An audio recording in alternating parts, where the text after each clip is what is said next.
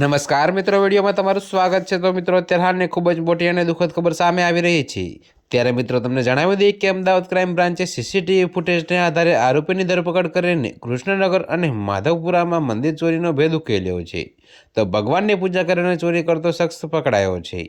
તો મિત્રો, અમદાવાદના મંદિરોમાં ભગવાનની આરતી અને પૂજા કરીને ચાંદીની વસ્તુઓની ચોરી કરતો હતો।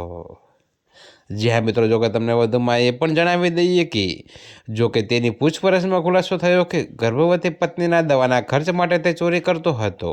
તો આરોપી નિલેશ હસમુખભાઈ આડેસરાની મંદિર ચોરી કેસમાં ક્રાઇમ બ્રાન્ચે ધરપકડ કરી છે।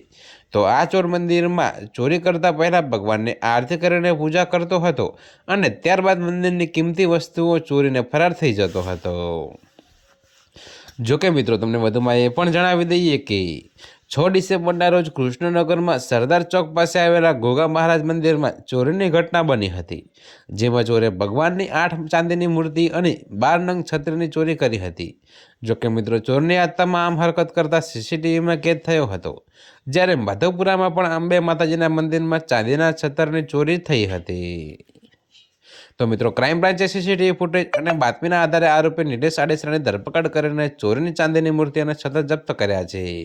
તો મિત્રો, અત્યારે હાલ માટે આટલું જ। મળીશું નવી અપડેટ સાથે। અને જો તમને અમારા વિડીયો પસંદ આવતા હોય તો વિડીયોને લાઇક, કોમેન્ટ, શેર અને અમારી ચેનલને સબસ્ક્રાઇબ કરવાનું ભૂલતા નહીં મિત્રો।